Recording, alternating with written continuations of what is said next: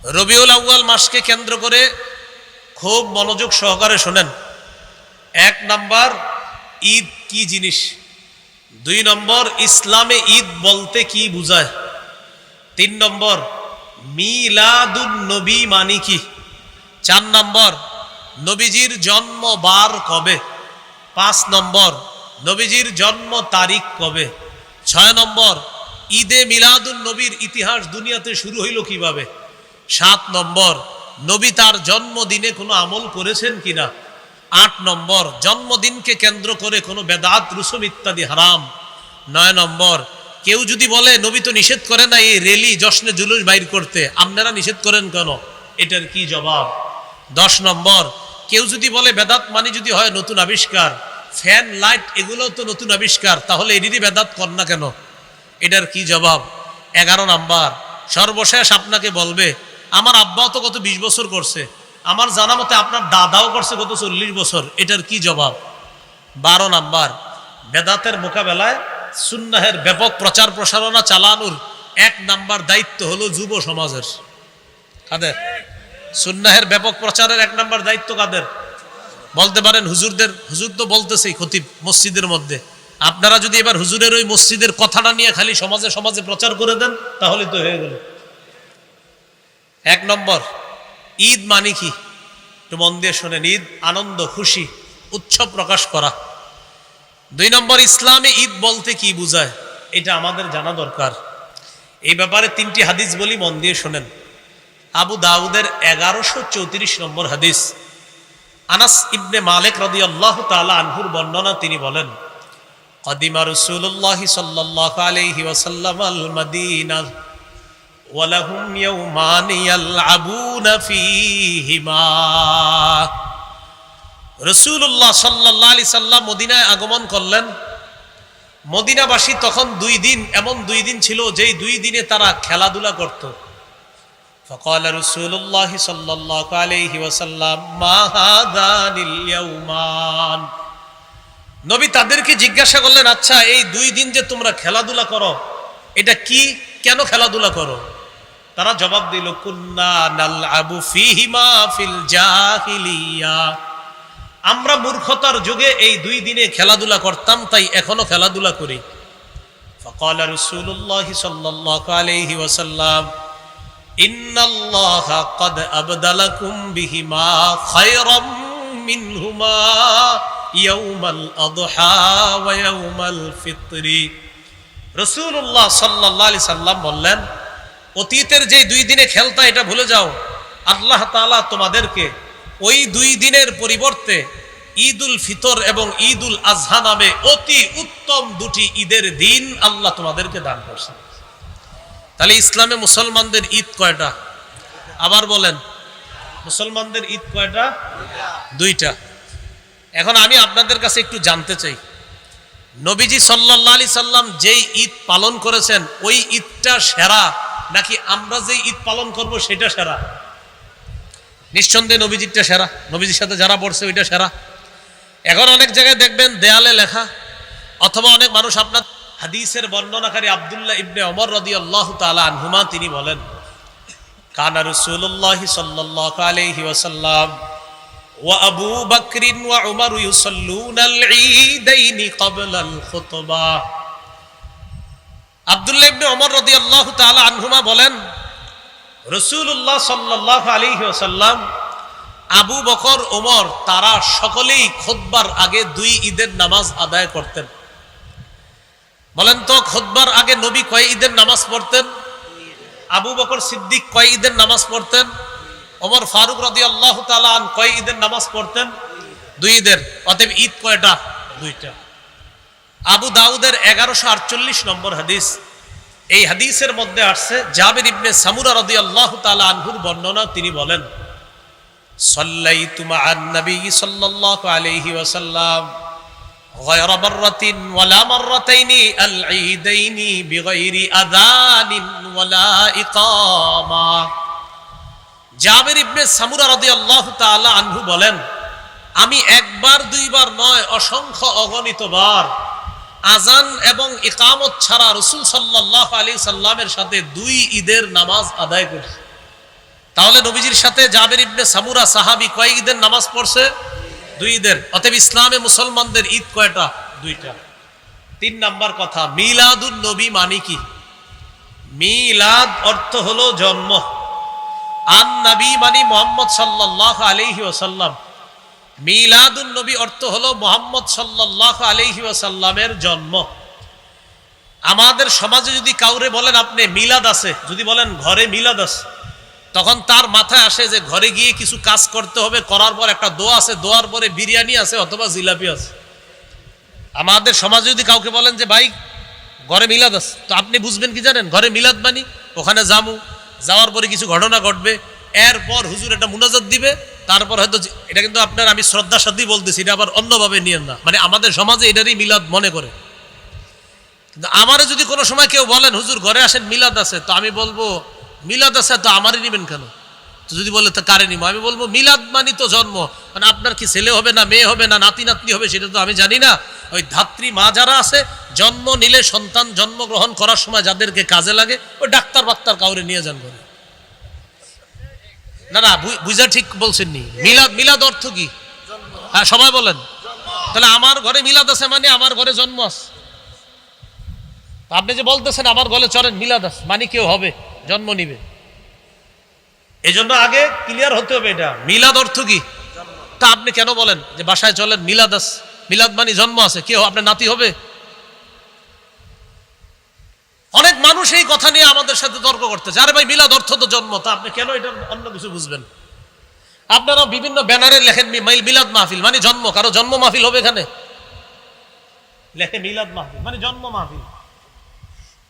যদি বলেন হ্যাঁ জন্ম মাহফিল, তাহলে লেখেন মিলাদ মাহফিল। মিলাদ মাহফিল অর্থ যদি হয় জন্ম মাহফিল, মানে একজন এই মঞ্চে জন্ম নিবে, এটা যদি হয় সমস্যা নেই, লেখেন।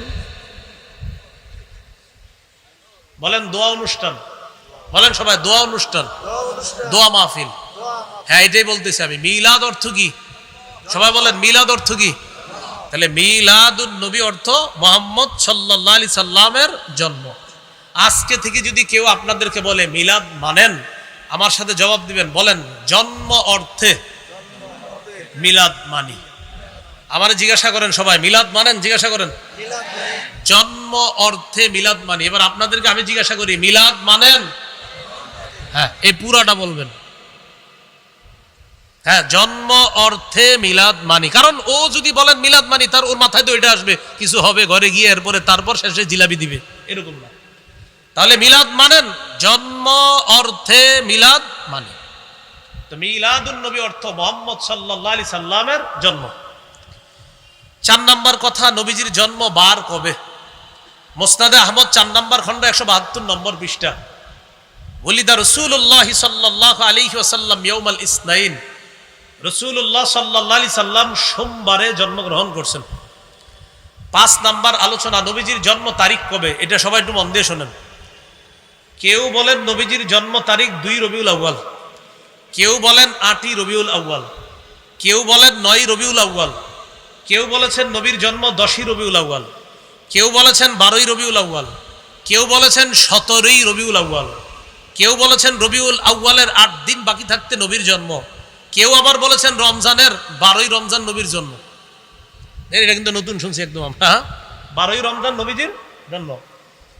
একটা কথা আপনারা আমার সাথে একমত হবেন আশা করি, যে নবীজির জন্ম নিয়ে মতভেদ আছে। এই ব্যাপারে আমি আশা করি একমত হবেন। কি আছে? মতভেদ আছে। আল্লামা মুহাম্মদ ইবনে কাসির রাহমাতুল্লাহি আলাইহি আল বিদায়া ওয়ান নিহায়ার মধ্যে তিনি সবগুলো তারিখকে উনি দুর্বল প্রমাণিত করে গুরুত্ব দিয়ে তিনি 3টা তারিখ আলোচনা করেছেন। কয়টা? 2 রবিউল আউয়াল, 8ই রবিউল আউয়াল, 12ই রবিউল আউয়াল। 2 রবিউল আউয়ালের আলোচনাটা একটু মন দিয়ে শুনেন। মুহাম্মদ ইবনে সাদ তাবকাতে ইবনে সাদের মধ্যে আছে, তিনি তার উস্তাদ ওয়াকিদি থেকে বর্ণনা করেছেন, ওয়াকিদি তার উস্তাদ আবু মাশার থেকে বর্ণনা করেছেন। একটু সামনে আসুন, আমার দিকে তাকান, এই যে দিক তাকান সবাই। এই উনি হলেন আমার উস্তাদ, ওনার থেকে আমি একটা বর্ণনা করেছি, আমি ওনার ছাত্র। আবার আমি তার কাছে বর্ণনা করছি, তিনি আমার ছাত্র। তাহলে তার উস্তাদ আমি আর আমার উস্তাদ তিনি, এতটুকু বুঝছেন সবাই? এটাকে বলে সূত্র। বলেন কি বলে? তাহলে সূত্রে তিনি আমার উস্তাদ, আমি তার ছাত্র। আবার আমি তার উস্তাদ, তিনি আমার ছাত্র, হলো সূত্র। তার উস্তাদ আমি, আমার উস্তাদ তিনি, এটাকে বলা হয় সূত্র। সূত্রে দুইজন আছে, একজনের নাম ওয়াকিদি, আরেকজনের নাম আবু মাশার। বুখারী শরীফের ব্যাখ্যা গ্রন্থের লেখক ইবনুল হাজার আসকালানী রহমতুল্লাহ আলাই তার কিতাব তাকরিবুত তাহজিবের মধ্যে তিনি আনছেন এই ওয়াকিদি, যিনি বর্ণনাকারী ওয়াকিদি, তার ব্যাপারে আনছে মাতরুকুন মাআসিআতি ইলমিহি, যে ওয়াকিদি তার অনেক এলেম আছে, এলেম থাকার পরেও তার বর্ণনা পরিত্যাজ্য, তার বর্ণনা গ্রহণ করা যায় না। আর ওই যে আবু মাশার, তার ব্যাপারে বলছে দাঈফুন ফির রিওয়ায়া, তিনি বর্ণনা করার ক্ষেত্রে দুর্বল। তারা এই সূত্রে বর্ণনা করেছেন উলিদা রাসূলুল্লাহ সাল্লাল্লাহু আলাইহি সাল্লাম ইয়াউমাল ইসনাইন, নবীজি সোমবার দিন জন্মগ্রহণ করেছেন। লিলাইলাতাইনে খালাতা মিন শাহরি রবিউল আউয়াল, রবিউল আউয়াল মাসের 2 তারিখে। এটা তাদের সূত্রে, কার? ওয়াকিদি এবং আবু মাশার। তাহলে ওয়াকিদি যিনি সূত্রে আছে তিনি পরিত্যাজ্য, তার বর্ণনা পরিত্যাজ্য। আবার সূত্রে যিনি আছেন আবু মাশার, তিনিও দুর্বল। ওই সূত্রে একজন হলেন দুর্বল, আর এই মনে করেন আমারে বসান ওই জায়গায়, আমি পরিত্যাজ্য। এই দুইজন সূত্রে থাকার কারণে 2 রবিউল আউয়ালের বর্ণনাটিও দুর্বল, এটা গ্রহণ করা যায় না। এটা আপনারা আলেম ছাড়া অন্যরা বুঝছেন তো সবাই। সূত্রে 2 জন ব্যক্তি আছে যাদের উপরে কথা থাকার কারণে তাদের সূত্রে 2 রবিউল আউয়ালের বর্ণনাটি গ্রহণ করা যায় না, তাই 2 রবিউল আউয়াল বাদ রয়ে গেল। 8ই রবিউল আউয়াল এবং 12ই রবিউল আউয়াল। আমার সাথে একটা কথা সবাই বলেন, তাহলে মনে থাকবে। বলেন, হস্তি বাহিনী কাবায় যে বছর হামলা চালায়, ওই বছর রাসূলুল্লাহ সাল্লাল্লাহু আলাইহি সাল্লামের জন্ম। এ ব্যাপারে ঐতিহাসিকগণ প্রায় সকলেই একমত। তাহলে যে বছর রাসূলুল্লাহ সাল্লাল্লাহু আলাইহি সাল্লাম জন্মগ্রহণ করেছেন, ওই বছর কাবায় হস্তি বাহিনী হামলা চালায়, এই ব্যাপারে রাসূল সাল্লাল্লাহু আলাইহি সাল্লাম কি একমত? এই ব্যাপারে ঐতিহাসিকগণ একমত। এবার বলেন, কাবায় হামলা চালানোর 50 দিন পর রাসূলুল্লাহ সাল্লাল্লাহু আলাইহি সাল্লাম জন্মগ্রহণ করেছেন। বলেন তো, কাবায় হস্তি বাহিনী হামলার কয়দিন পর নবীর জন্ম? এবার হিসাবটা আমরা বের করে নিই। মুহররম মাসের 13 দিন বাকি থাকতে কাবার উপর হামলা হয়। তাহলে মুহররমের 13 দিন পেয়ে গেলাম। পরের মাস সফর মাস, সফরের 30 দিন নেন, মুহররমের 13 দিন 43 দিন। রবিউল আউয়াল মাস হলো সফর মাসের পরের মাস। রবিউল আউয়ালের 7 দিন যাওয়ার পর, এরপর সূর্য ডুবার সাথে সাথে হয়ে যায় 8ই রবিউল আউয়াল। তাহলে আগের 43 আর পরের 7, এ হলো 50 দিন। এর মানে কাবায় হামলা চালানোর 50 দিন নবীর জন্ম, মানে 8ই রবিউল আউয়াল আল্লাহ রাসূল দুনিয়াতে জন্মগ্রহণ করছেন। কাবায় হস্তি বাহিনী হামলা চালানোর 50 দিন পর নবীজির জন্ম। তো কাবায় হামলা চালানোর 50 দিন পর নবীর জন্ম হিসাব করলে বের হয় 8ই রবিউল আউয়াল। পৃথিবীর বিখ্যাত ওলামায়ে কেরাম, বিশুদ্ধ ওলামায়ে কেরাম, নির্ভরযোগ্য ওলামায়ে কেরামের অভিমত হলো আল্লাহ রসুলের জন্ম 8ই রবিউল আউয়াল, এই কথাটি বিশুদ্ধ। গাণিতিক হিসাবে কেউ কেউ বলেন নবীর জন্ম 9ই রবিউল আউয়াল। এজন্য মনে রাখবেন 8 অথবা 9, বলেন 8 অথবা 9, এই 2 তারিখে আল্লাহ রসুলের জন্ম, এই কথাটি বিশুদ্ধ, তবে প্রসিদ্ধ নয়। 8 অথবা 9 রবিউল আউয়াল রাসূলুল্লাহ সাল্লাল্লাহু আলাইহি সাল্লামের জন্ম, এই কথাটি বিশুদ্ধ, তবে কি নয়? প্রসিদ্ধ নয়। এবার আমার সাথে বলেন 12ই রবিউল আউয়াল নবীজির জন্ম, এই কথাটি প্রসিদ্ধ হলেও বিশুদ্ধ নয়। তাহলে 8, 9 বিশুদ্ধ হলেও প্রসিদ্ধ নয়, আর 12 তারিখ প্রসিদ্ধ হলেও বিশুদ্ধ নয়। কোরআনের 6666টি আয়াত প্রসিদ্ধ হলেও বিশুদ্ধ নয়, 6236টি আয়াত বিশুদ্ধ হলেও প্রসিদ্ধ নয়।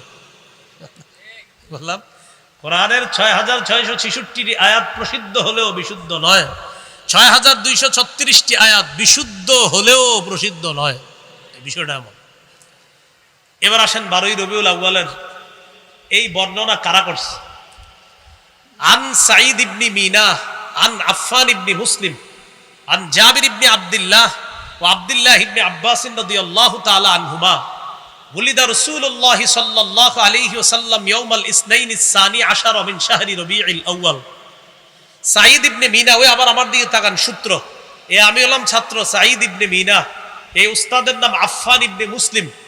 তাদের সূত্রে বর্ণনা আল্লাহ রাসূল সাল্লাল্লাহু আলাইহি সাল্লামের জন্ম 12ই রবিউল আউয়াল। মজার ব্যাপার হলো সূত্রে যিনি ছাত্র তার নাম কি? সাঈদ। বলেন সূত্রে ছাত্রের নাম কি? উস্তাদের নাম আফফান। বলেন সূত্রে ছাত্রের নাম, উস্তাদের নাম, আবার ছাত্রের নাম, উস্তাদের নাম। কোন বর্ণনার সূত্র এটা? 12ই রবিউল আউয়াল। মজার ব্যাপার হলো সাঈদ যিনি ছাত্র তিনিও নির্ভরযোগ্য বর্ণনাকারী, আবার ওস্তাদ যিনি আফফান তিনিও নির্ভরযোগ্য বর্ণনাকারী। তাহলে প্রশ্ন এসে যায় 12ই রবিউল আউয়ালের সূত্রে সাঈদও নির্ভরযোগ্য, ওস্তাদ আফফানও নির্ভরযোগ্য হলে বর্ণনাটি কেন নির্ভরযোগ্য নয়? 12ই রবিউল আউয়ালের বর্ণনায় সাঈদ যিনি ছাত্র তিনিও নির্ভরযোগ্য, আবার ওস্তাদ আফফান তিনিও নির্ভরযোগ্য। তো প্রশ্ন এসে যায় নির্ভরযোগ্য মানুষগুলা সূত্রে থাকার পরেও বর্ণনাটি কেন নির্ভরযোগ্য নয়? আপনারা আমার দিকে তাকায় যদি বয়ানটা শোনেন সহজে বুঝবেন কেন নির্ভরযোগ্য না বর্ণনাটা। দেখেন ছাত্রের নাম কি? সাঈদের জন্ম 130 হিজরির পরে। বলেন সাঈদের জন্ম কবে? তাহলে ভাই ছাত্রের জন্ম কবে? 130 হিজরি পরে। বলেন ছাত্র সাঈদ যিনি তার জন্ম কবে? উস্তাদের নাম কি? আফফানের মৃত্যু 110 হিজরিতে। আবার মন দিয়ে শুনেন, ওস্তাদ 110 হিজরিতে মারা গেছে, ছাত্র 130 হিজরির পরে জন্ম। ওলামা হযরতরা বুঝে ফেলছেন, অন্যরা মন দিয়ে আবার শুনেন। ওস্তাদ 130 হিজরিতে মারা গেছে, ছাত্রের জন্ম 130, ওস্তাদ 110 হিজরিতে মারা গেছে, তারও প্রায় 20 বছরেরও সময় পরে ছাত্রের জন্ম। কি বোঝা গেল? তারা ছাত্র উস্তাদি না। এই সূত্রকে বলা হয় বিচ্ছিন্ন সূত্র। বলেন কি বলা হয়? তাহলে ওস্তাদ আর ছাত্র আসলে কি তারা উস্তাদ ছাত্র? এটাকে বলা হয় বিচ্ছিন্ন সূত্র, আরবিতে বলা হয় ইনকিতা। আর ইনকিতা এর সূত্রকে বলা হয় মুনকাতি। আর মুনকাতি সূত্র নির্ভরযোগ্য দলিল হিসাবে গ্রহণযোগ্য নয়। তাই বর্ণনায় দুজন নির্ভরযোগ্য বর্ণনাকারী থাকলেও তাদের পরস্পরের সাক্ষাৎ না হওয়ার কারণে এই বর্ণনাটি নির্ভরযোগ্য নয়। ভাই হুজুররা ছাড়া অন্যরা যারা বুঝছেন তো আপনারা? তাহলে উস্তাদের মৃত্যু 110 হিজরিতে আর ছাত্রের জন্ম হয়েছে 130-এর পরে, তাহলে এরা উস্তাদ ছাত্র না। মাঝখানে কোনো ঝামেলা হয়ে গেছে, এই জন্য তাদেরকে আইনা এই সূত্র বানানো হলেও এই সূত্রটি নির্ভরযোগ্য নয়। তাই এই বর্ণনা নির্ভরযোগ্য নয়। এই জন্য 12ই রবিউল আউয়ালের বর্ণনাটি এটি প্রসিদ্ধ হলেও বিশুদ্ধ নয়, যদিও অনেকে এটার ব্যাপারে মতামত দিয়েছে। এটা হলো বয়ান করলাম। এলাকায় ঝগড়া থেকে বাঁচার জন্য কি করবেন? যেমন আজকের বয়ানের পরে আগামীকাল এই বিষয়ে হয়তো দুই দলের মধ্যে ঝগড়া হইতে পারে। ঝগড়া থেকে বাঁচার জন্য যেটা করবেন এটা হলো বুদ্ধি। আমার একটু জিজ্ঞাসা করেন, বলেন নবীর জন্ম কবে? জিজ্ঞাসা করেন। এবার ঝগড়া থেকে বাঁচার জন্য উত্তর দিতেছি। দেখেন নবীজির জন্ম 8 থেকে 12ই রবিউল আউয়ালের মাঝে যে কোনো একদিন। 8 থেকে 12ই রবিউল আউয়ালের মাঝে যে কোনো একদিন, শিওর? হ্যাঁ শিওর। তাহলে এখন আর কেউ আর ঝগড়া করতে পারে না। বলবো কোন কবে, আপনি বলবেন 8 থেকে 12-র মধ্যে। 8 থেকে 12ই রবিউল আউয়ালের মাঝেই নবীজির জন্ম, এই কথা নিশ্চিত। এটা যদি আপনারে বলে, আমরা তো বললাম 8-এরও বর্ণনা আছে, 9-এরও বর্ণনা আছে, 10-এরও বর্ণনা আছে, 12-এরও বর্ণনা আছে। তো এই জন্য আপনি যদি চান যে না ঝগড়া করবেন না, তখন বলবেন 8 থেকে 12ই রবিউল আউয়ালের মাঝে যে কোনো একদিন। আপনি টেনশন করেন, আপনি কবে হইলে খুশি হন সেটা বলেন। এ হলো ঝগড়া মুক্ত থাকবেন এইভাবে। এগুলো 6 নম্বর কথা, না 5 নম্বর কথা। 6 নম্বর কথা, ঈদে মিলাদুন নবী কিভাবে শুরু হলো? এটাও আমার সাথে যদি একদম বলতে বলতে পড়াশোনা করে নেন মুখস্থ থাকবে। বলেন 604 হিজরিতে ইরাক দেশে মসুল শহরে বাদশাহ আবু সাঈদ মুজাফফর, জনৈক আলেম আবুল খাত্তাব ওমর ইবনে দিহিয়া, তার মাধ্যমে সর্বপ্রথম ঈদে মিলাদুন নবীর সূচনা করে। কত হিজরি? 604। কত হিজরি? কোন দেশে? শহরের নাম মসুল শহর, বাদশার নাম আবু সাঈদ। বাদশার নাম কি? আর যে হুজুরিরা বেদাত করতে গেলে কিন্তু একজন সাইনবোর্ডওয়ালা দাড়ি টুপিওয়ালা লাগবে। এই জন্য বেদাত যারা করে না দেখবেন সাইনবোর্ড টুপি দাড়িওয়ালা, এরপর একটা গাড়ির উপরে উঠবে আর চারোদিকে ফুল টুল দিয়া হেরি খুঁজে পাবেন না। তো এখন কথা হলো ওই বেদাতের যিনি লিড দিলেন তার নাম আবুল খাত্তাব ওমর ইবনে দিহিয়া। এই তার মাধ্যমে সর্বপ্রথম এই বেদাতের সূচনা হয়। তার ব্যাপারে ইবনে হাজার আসকালানী রহমতুল্লাহি আলাইহি বলেন, কাসিরুল ওয়াকিআতি ফিল আইম্মাতি ওয়া ফিস সালাফি মিনাল উলামা। এই লোকটা পূর্ববর্তী আলেমদের ব্যাপারে কটু মন্তব্য করতেন। এই লোকটা পূর্ববর্তী আলেমদের ব্যাপারে উল্টাপাল্টা কথা বলতেন।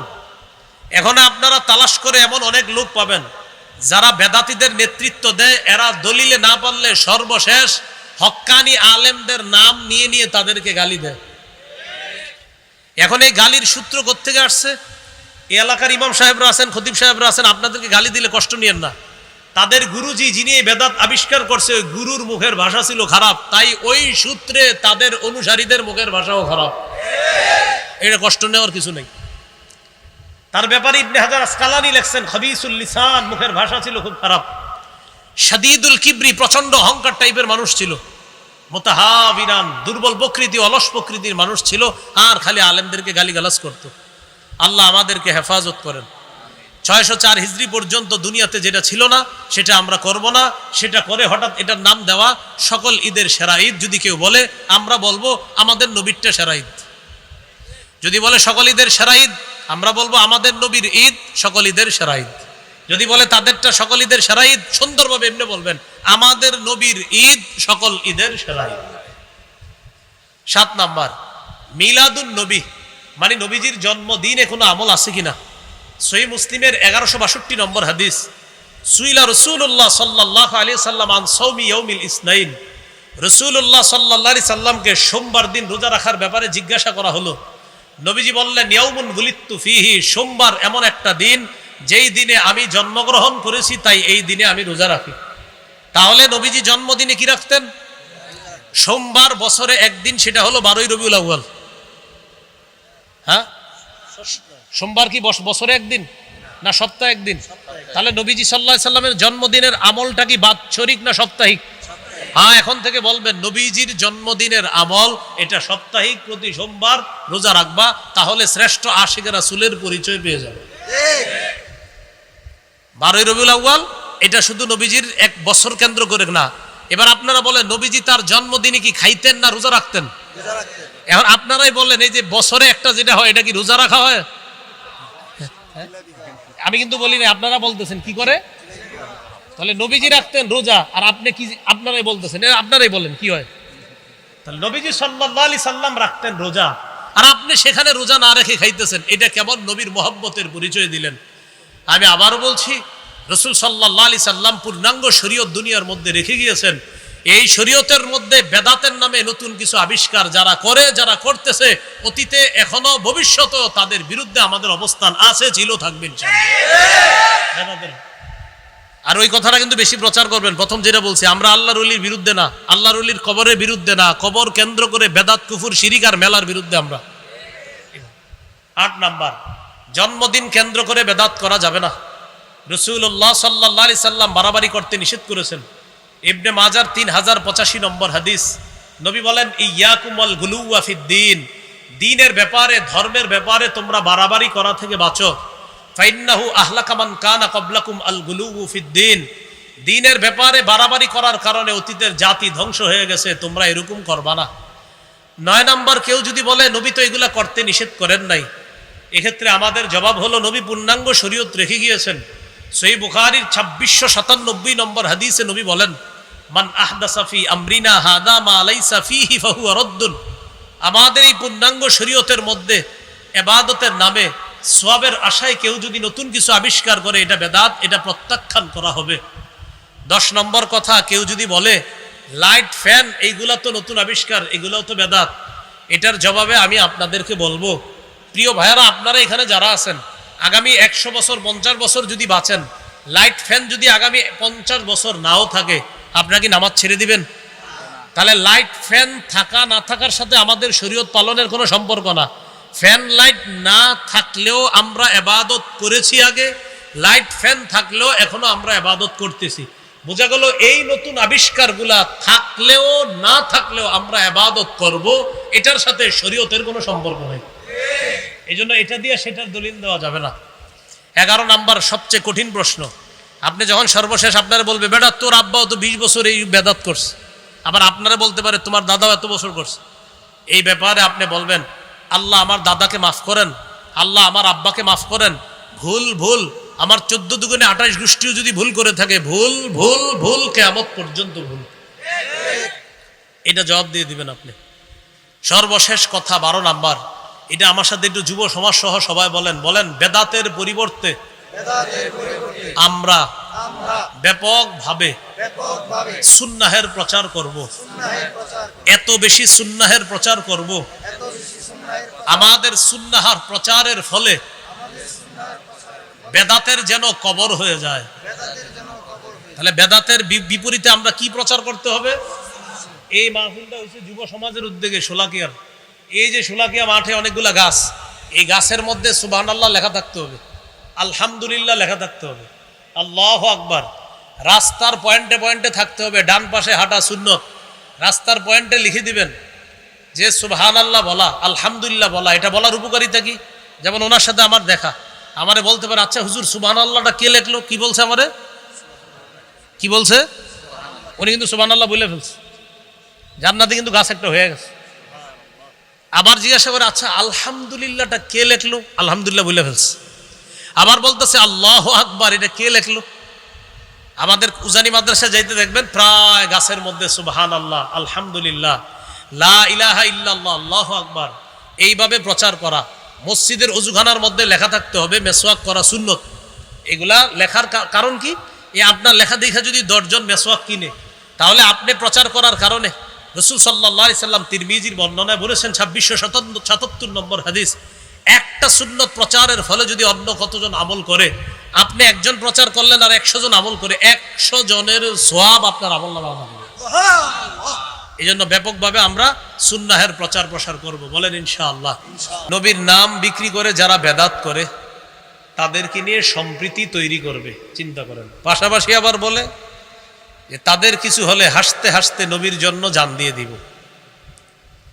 তাদের কিছু হলে হাসতে হাসতে নবীর জন্য জান দিয়ে দিব। এই জাতীয় কথাগুলা যারা বলে, এরা বুঝায় যে উনি অনেক ধর্ম বুঝে, জ্ঞান বুঝে, অনেক জ্ঞান আছে, এরকম বুঝায়। বুঝায় কি মানে আমার অনেক জ্ঞান আছে, খুব জ্ঞান রাখে, এরকম বুঝায়। ওই জাতীয় জ্ঞানী যারা আছে তাদেরকে এই কথা বলে দেওয়া যায় সুন্দরভাবে। অন্যান্য লাইনে অনেক বড় জ্ঞানী হলেও আমাদের মাদ্রাসার প্রাথমিক পর্যায়ের 2-3 বছরে যে ছাত্রগুলো আছে, এদের সামনে বসার মতো ধর্মীয় জ্ঞান তাদের নাই। অন্যদিকে জ্ঞান আছে। না হয় আপনি বুঝেন কি কথা বলে। নবীকে শেষ নবী মানে না যারা, শিরিক বেদাত করতেছে যারা, তাদেরকে নিয়ে সম্প্রীতি তৈরি করবে, আবার বলতেছে তাদের কিছু হলে হাসতে হাসতে নবীর জন্য জান দিবে। তো এই জাতীয় কথাবার্তাগুলা যারা বলে তাদেরকে কিছু বিষয় স্পষ্ট থাকা দরকার। সেটা হলো, আমরা এখানে এই শোলাকিয়া মাঠে এখন যারা আছে, আমার বয়ান যারা শুনছে মুসলমান, আমরা কোনো আল্লাহর ওলির দুশ্মন না, কোনো আল্লাহর ওলির বিরোধী আমরা না। তবে কোনো আল্লাহর ওলির কবরকে কেন্দ্র করে, মাজারকে কেন্দ্র করে শিরিক যদি কেউ করে, বেদাত যদি কেউ করে, কেউ যদি গঞ্জিকা সেবন করে, কেউ যদি গাঁজা সেবন করে, গাঁজা, আল্লাহর ওলির কবরকে কেন্দ্র করে কেউ যদি শিরিক করে, কেউ যদি বেদাত করে, আর কেউ যদি গাঁজা খায়, আমরা ওই শিরিকের বিরুদ্ধে, আমরা ওই বেদাতের বিরুদ্ধে, ওই গাঁজার বিরুদ্ধে আগেও ছিলাম, এখনো আছি, আমৃত্যু আমরা এগুলার বিরুদ্ধে থাকবো। তাহলে আমরা আল্লাহর ওলির বিরুদ্ধে না, আল্লাহর ওলির কবরের বিরুদ্ধে, আল্লাহর ওলির কবর জিয়ারত করা হবে এর বিরুদ্ধে না। আল্লাহর ওলির কবরকে কেন্দ্র করে কেউ যদি শিরিক করে, কেউ যদি বেদাত করে, কেউ যদি আল্লাহর ওলির কবরকে কেন্দ্র করে মেলা বসায়, এই শিরকের বিরুদ্ধে আমরা, এই বেদাতের বিরুদ্ধে আমরা, এই মেলার বিরুদ্ধে আমরা এই গাঁজা সেবনের আসরের বিরুদ্ধে আমরা আগেও ছিলাম, এখনো আছি, ভবিষ্যতেও আমাদের অবস্থান পরিষ্কার। শিরিক, বেদাত, কুফর, গাঁজা ইত্যাদির বিরুদ্ধে আমাদের অবস্থান সব সময় পরিষ্কার থাকবে। তো এই বিষয়টা না অনেকে গুলায় ফেলছে, গুলায় ফেলে আমাকে, আপনাকে, আমাদেরকেও শত্রু বানাচ্ছে। আমাদেরকে কেমন জানি বুঝাইতে চাইতেছে যে আমরা শত্রু, আমরা সম্প্রীতি চাই না, এমনটা বুঝায়। এরকম একটা ভাবসাব। সহিহ বুখারীর বর্ণনা 427 নম্বর হাদিস। এই হাদিসের বর্ণনাকারী আম্মাজান আয়েশা সিদ্দিকা রাদিয়াল্লাহু তাআলা আনহা, তিনি বলেন নবীজির দুই বিবি উম্মে হাবিবা, উম্মে সালামা রাদিয়াল্লাহু তাআলা আনহুমা, তারা দুইজন হাবশায় একটা গির্জা দেখছে। গির্জা, ফিহা তাসাবির, গির্জার মধ্যে অনেকগুলা ছবি দেখছে। ছবি, গির্জা বলতে আমাদের মাথায় কি আসে? একটা ধর্মের এবাদতখানা, একটা ধর্মের মানুষের কি খানা? এবাদতখানা, গির্জা। তো এইগুলা একটা ধর্মের মানুষের এবাদতখানা। তো এই এবাদতখানার মধ্যে দেখে কি? তাসাবির, ছবি, মূর্তি। ফাযাকারাতা লিন-নবী সাল্লাল্লাহু আলাইহি ওয়াসাল্লাম, নবীজির দুই বিবি ব্যাপারটা আল্লাহ রাসূলের কাছে জানাইলেন, হুজুর আমরা হাবশায় একটা গির্জা দেখলাম, এবাদতখানা দেখলাম, এবাদতখানার মধ্যে দেখি কি? ছবি, মূর্তি, এগুলা দেখলাম। فقال رسول الله صلى الله عليه وسلم إن أولئك إذا كان فيهم الرجل الصالح فمات بنوا على قبره مسجدا। নবীজি বলেন এরা হলো তারা,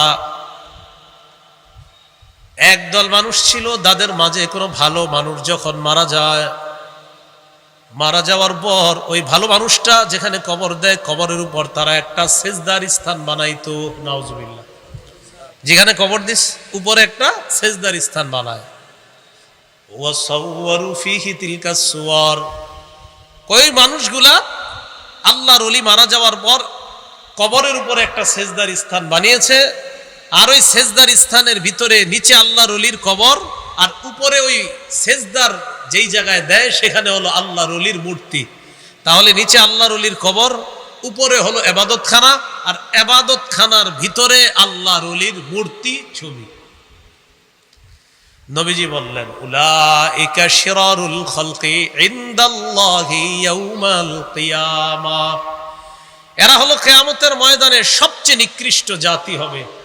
কিয়ামতের ময়দানে সবচেয়ে নিকৃষ্ট জীব হবে তারা, যারা আল্লাহর ওলিদের কবরের উপরে সেজদার স্থান বানায়, আবার যদি এটার মধ্যে মূর্তি বসায়, তারা হবে সবচেয়ে নিকৃষ্ট জাতি। এজন্য মূর্তি ইত্যাদি এগুলা ইসলাম সমর্থন করে না। আমাদের ইবনে শাইখুল হাদিস, উনি মাত্র একটা মূর্তি ভাঙতে চেয়েছিলেন, আল্লাহর কি কুদরত, 90 ভাগ মূর্তি এখন আল্লাহ ভেঙে দিছে। উনি মাত্র কয়টার ব্যাপারে বলছিল?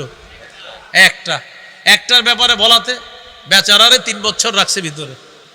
তো আল্লাহর কি কুদরত, এই জন্য অহংকার না করা। আল্লাহর কি কুদরত দেখেন, উনি মাত্র দাবি করছে কয়টা? একটা। এখন আল্লাহ তাআলা এত খুশি করে দিছে মুসলমানদেরকে যে উনি দাবি করছে একটা, শুনলা না কথাটা, যাও এখন 90 ভাগ শেষ, 10 ভাগও থাকবে না ইনশাআল্লাহ। তো রাসূলুল্লাহ সাল্লাল্লাহু আলাইহি ওয়াসাল্লাম বলে দিলেন নিচে আল্লাহর ওলির কবর, উপরে আল্লাহর ওলির ওই কবরের উপরে সেজদার স্থান বানায়, আর ভিতরে আপনার মূর্তি বসায় দেয়। এরা সৃষ্টির সবচেয়ে নিকৃষ্ট জাতি, বলি নাউজুবিল্লাহ। হাদিসের কিতাব মুসনাদ আহমদ, এই কিতাবের মধ্যে আছে আন আব্দুল্লাহ ইবনে মাসউদ রাদিয়াল্লাহু তাআলা আনহু قال سمعت النبي صلى الله عليه وسلم يقول إن من شرار الناس من تدركهم الساعة وهم أحياء والذين يتخذون القبور مساجدا। রাসূলুল্লাহ সাল্লাল্লাহু আলাইহি সাল্লাম বলেন, এই পৃথিবীতে সবচেয়ে নিকৃষ্ট জাতি 2 জাতি। 1 নম্বর, যারা দুনিয়াতে বেঁচে থাকা অবস্থায় কিয়ামত হবে তারা সবচেয়ে নিকৃষ্ট জাতি। যারা দুনিয়াতে থাকবে আর কিয়ামতটা তাদের উপরে ঘটবে এরা সবচেয়ে নিকৃষ্ট জাতি। ওয়াল্লাযীনা ইত্তাখিযুনাল কুবুরা মাসাজিদা, আর যারা কবরকে সেজদার স্থান বানায় তারা সবচেয়ে নিকৃষ্ট জাতি। বলেন তো, কবরকে সেজদার স্থান যারা বানায় তারা কি সবচেয়ে নিকৃষ্ট জাতি? আল্লাহ আমাদেরকে আল্লাহর ওলিদের কবরের মর্যাদা যেন আমরা রক্ষা করতে পারি, আল্লাহ তৌফিক দান করেন। আল্লাহর ওলিদের কবরের মর্যাদা রক্ষা হবে। আল্লাহর ওলিদের কবর মাজারকে যখন শিরিক বেদাত মুক্ত করতে পারবো, গাঁজা সেবন গাঁজার আসর মুক্ত করতে পারবো, আর কবরকে কেন্দ্র করে মেলা মুক্ত যখন করতে পারবো, তখনই আল্লাহর ওলির কবরের সম্মানটা আমরা রক্ষা করতে পারবো। বুঝে ঠিক হইতেছেন তো? তাহলে রাসূল সাল্লাল্লাহু আলাইহি সাল্লাম বললেন, যারা কবরকে সেজদার স্থান বানায় তারা সবচেয়ে নিকৃষ্ট। সহিহ বুখারীর আরেকটা হাদিস শোনেন, 435 নম্বর হাদিস। এই হাদিস, আচ্ছা এই হাদিসটার আগে আরেকটা শোনাই, মুসলিম শরীফেরটা আগে বলি, এরপর বুখারীরটা বলি। সহিহ মুসলিমের একটা বর্ণনা, নবীজি ইন্তেকালের 5 দিন আগের বর্ণনা। কয়দিন আগের?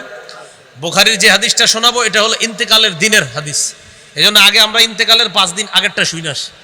সহিহ মুসলিমের বর্ণনা 1075 নম্বর হাদিস, মাদ্রাসার পাঠ্যপুস্তক অনুসারে 532 নম্বর হাদিস।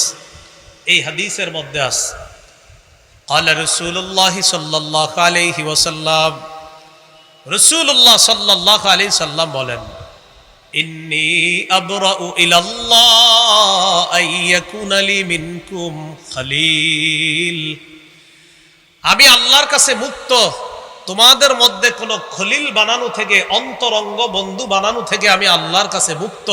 তোমাদের মধ্যে আমার কোনো অন্তরঙ্গ বন্ধু নাই। فإن الله تعالى قد اتخذني خليلا كما اتخذ إبراهيم خليلا, কারণ আল্লাহ তাআলা আমাকে যেমনি ভাবে ইব্রাহিম নবীকে তার খলিল হিসাবে গ্রহণ করেছেন, তেমনি আল্লাহ তাআলা আমাকেও ইব্রাহিম নবীর মতো তার খলিল তথা অন্তরঙ্গ বন্ধু হিসাবে গ্রহণ করেছেন। তাহলে 2 নবী খলিল, একজন ইব্রাহিম খলিলুল্লাহ, আর নবীর ইন্তেকালের 5 দিন আগে নবী জানায়া গেলেন ইব্রাহিম নবীও খলিল, আমি মুহাম্মদ সাল্লাল্লাহু আলাইহি সাল্লামও খলিল। তাহলে আমাদের নবী খলিলুল্লাহ, হাবিবুল্লাহ, রাসূলুল্লাহ। সুবহানাল্লাহ। ইব্রাহিম নবী খলিলুল্লাহ, আর আমাদের নবী মুহাম্মদ সাল্লাল্লাহু আলাইহি সাল্লাম হাবিবুল্লাহ, রাসূলুল্লাহ, খলিলুল্লাহ।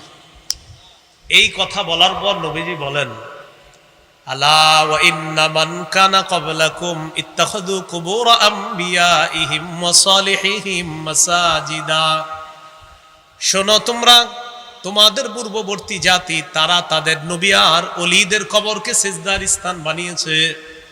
আলা ফালা তাত্তাখিজুল কুবুর মাসাজিদা, আমার উম্মত তোমরা কিন্তু কবরকে সিজদার স্থান বানাবা না। আনহাকুম আন যালিকা, আমি নবী তোমাদেরকে এই ব্যাপারে নিষেধ করে যাচ্ছি। তাহলে ইন্তেকালের 5 দিন আগে কবরকে সেজদার স্থান বানাইতে নবীজি সাল্লাল্লাহু আলাইহি সাল্লাম নিষেধ করে গিয়েছেন। এখন আমি আপনাদের কাছে জানতে চাই, আমাদের বাংলাদেশে কবর কেন্দ্রিক সেজদা না হইলেও পৃথিবীতে হয়নি? বাংলাদেশে না হইলেও পৃথিবীতে হয়তো বাংলাদেশেও হয়। তাহলে এই যে এই জিনিসটা বলে, বাংলাদেশে কি কবর কেন্দ্রিক সেজদা হয়? আমরা কি কবরের বিরুদ্ধে না কবরের সেজদার বিরুদ্ধে? এই বিষয়টা আমরা মানুষের বুঝাইতে পারতেছি না। এই বয়ান করলে আমাদেরকে বলে আমরা ওলিদের দুশমন। এটা কথাটা দেখেন কত ভয়ঙ্কর কথা। আমরা তো আল্লাহর ওলিদের দুশমন না, আল্লাহর ওলির কবরে যদি কেউ সেজদা দেয় ওই শিরিকের দুশমন আমরা। এবার বুখারীর বর্ণনা শোনেন, 435 নম্বর হাদিস। মুসলিমের হাদিসটা হলো নবী ইন্তেকালের 5 দিন আগের, আর বুখারীর হাদিসটা হলো রাসূল ইন্তেকালের দিনের হাদিস। লাম্মা নুজিলা বিরাসূলিল্লাহি সাল্লাল্লাহু আলাইহি ওয়াসাল্লাম, যখন রাসূল সাল্লাল্লাহু আলাইহি সাল্লামের মুমূর্ষ অবস্থা হলো, নবীজি কি করলেন? মুমূর্ষ অবস্থায় তাফিকা ইয়াতরাহু খামিসাতান আলা ওয়াজহিহি, রাসূলুল্লাহ সাল্লাল্লাহু আলাইহি সাল্লাম একটা কাপড় দিয়ে নিজের চেহারা মোবারক ঢাকলেন। নবী ইন্তেকাল করবেন ওই মুহূর্তে একটা কাপড় দিয়ে নিজের চেহারা মোবারক ঢাকলেন। ফাইদা তাম্মা, নবীজির যখন প্রাণটা বের হবে হবে অবস্থা, ওই মুহূর্তে কাশাফাহা আন ওয়াজহিহি, ওই মুহূর্তে রাসূলুল্লাহ সাল্লাল্লাহু আলাইহি ওয়াসাল্লাম চেহারা মুবারকের উপর থেকে কাপড়টা সরিয়ে নিলেন। নবীজির যখন মুমূর্ষ অবস্থা তখন চেহারায় কাপড় রাখলেন, আর যখন প্রাণটা বের হবে তখন কাপড়টা সরাইলেন, সরায়া বললেন লানাতুল্লাহি আলাল ইয়াহুদি ওয়ান নাসারা, ইহুদিদের উপর আল্লাহর অভিশাপ, খ্রিস্টানদের উপর আল্লাহর অভিশাপ। ইত্তাখাযু কুবুর আমবিয়াইহিম মাসাজিদা, তারা তাদের নবীদের কবরকে সেজদার স্থান হিসাবে গ্রহণ করেছে, সেজদার স্থান বানিয়েছে। ইউহাযযিরু মা সানাউ, নবী নিষেধ করে যাচ্ছে, সতর্ক করে যাচ্ছে, উম্মত আমার ইন্তেকালের পরে কিন্তু আমার কবরকে আবার তোমরা সেজদার স্থান বানাবা না। অতীতের জাতি তাদের নবীর কবরকে সেজদার স্থান বানিয়েছে, এই জাতীয় কাজকর্ম কিন্তু তোমরা করবা না। আল্লাহ আমাদের সকলকে কবর কেন্দ্রিক সেজদা, শিরিক, বেদাত থেকে বাঁচার তৌফিক দান করুন। এবার গুরুত্বপূর্ণ একটা কথা বলেন, কবর কেন্দ্রিক, সবাই বলেন কবর কেন্দ্রিক মেলা বসানো যাবে না। কবর কেন্দ্রিক কি বসানো যাবে না? এখন কথা হলো, যারা অতীতে বসানোর পক্ষে ছিলেন বা বসাইতো, রবিউল আউয়াল মাস আসলে বসাইতো, আমি দলিল দেই, দলিল দেওয়ার পরে তো আপনি বসানোর কথা না, দলিল দিয়ে পারলে চ্যালেঞ্জ করেন। কবর কেন্দ্রিক মেলা যে নিষেধ, এটা যদি দলিল থাকে তা কেন বসাবে মেলা? এটা যদি নিষেধ। আবু দাউদ 2042 নম্বর হাদিস, কোন কিতাব? কত নম্বর হাদিস? 42 নম্বর হাদিস, 2042। قال رسول الله صلى الله عليه وسلم لا تجعلوا بيوتكم قبورا, রাসূলুল্লাহ সাল্লাল্লাহু আলাইহি সাল্লাম বলেন, তোমরা তোমাদের ঘরগুলাকে কবর বানায়ও না। যেই ঘরের মধ্যে নফল নামাজ না হয়, যেই ঘরের মধ্যে জিকির না হবে, আল্লাহর কোরআনের তেলাওয়াত না হবে, ওই ঘর কবরের মতো হয়ে যায়। এরপরে নবী বলেন ওয়ালা তাজআলু কবরি ঈদা, তোমরা আমার কবরকে কেন্দ্র করে মেলা বসাবা না, আমার কবরকে উৎসবের স্থানে পরিণত করবা না। আমার কবরকে কেন্দ্র করে মেলা বসাবা না, উৎসবের স্থানে পরিণত করবা না। আমাদের নবীজির চেয়ে বড় পীর দুনিয়াতে কেউ আসে নাই, আসবেও না। আমাদের নবীজির চেয়ে বড় শাইখুল হাদিস, আল্লামা, মুফতি, মুহাদ্দিস, মুফাসসির, পৃথিবীতে একজন মানুষের যত ভালো উপাধি লাগতে পারে সব আমার নবীর জন্য। আমার নবীর চেয়ে শ্রেষ্ঠ উপাধিধারী পৃথিবীতে আসে নাই, আসবে না, আসা সম্ভব না। তার কবরকে কেন্দ্র করে যখন মেলা বসানো জায়েজ নাই, হারাম, অতএব অন্য কোন আল্লাহর ওলির কবরকে কেন্দ্র করেও মেলা বসানো হারাম, জায়েজ নাই। ওই মেলা বসানোর বিপক্ষে আমরা, আল্লাহর ওলির কবরের বিপক্ষে না। এখন এই দেখেন যে আমি বয়ানটা করলাম না, অনেকে দেখবেন এরকম বলতে পারে, এটা নবীদের অলিদের দুশ্মন বলতে পারে। আপনি বলেন, আমি কি অলির কবরের দুশ্মন? নবীদের অলিদের কবরের দুশ্মন?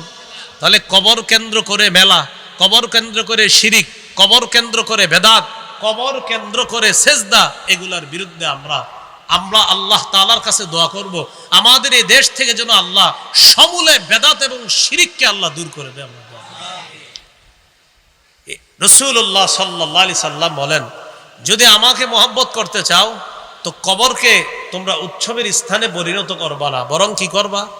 ওয়াসাল্লু আলাইয়া, আমার উপর বেশি বেশি দুরূদ পড়বা। ফাইন্না সালাতাকুম তাবলুগুনি হাইসু কুনতুম, তোমরা যেখানেই থাকো, যেখান থেকে দুরূদ পড়ো, তোমাদের দুরূদ ওই মুহূর্তে আমার কাছে পৌঁছে যায়।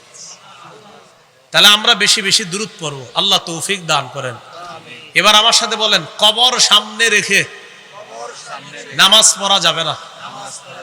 অনেক মসজিদের মাঝখানে কবর, মসজিদের মাঝখানে কেন করছেন? আবেগে করে লিস, মসজিদের মাঝখানে কবরটা আবেগে করে ফেলছে। তো কেন আবেগে করলেন? আলেমদেরকে জিজ্ঞাসা করতে পারলেন না? তো আপনি কবর করছে, এটা মাঝখানে পড়ে গেছে। যদিও মুসলমানরা কবরকে সেজদা করে না, যারা মসজিদে নামাজ পড়ে, ওদের মনে কখনো কবরে সেজদা করার উদ্দেশ্য না, কিন্তু আপনি এই কামটা কেন করলেন?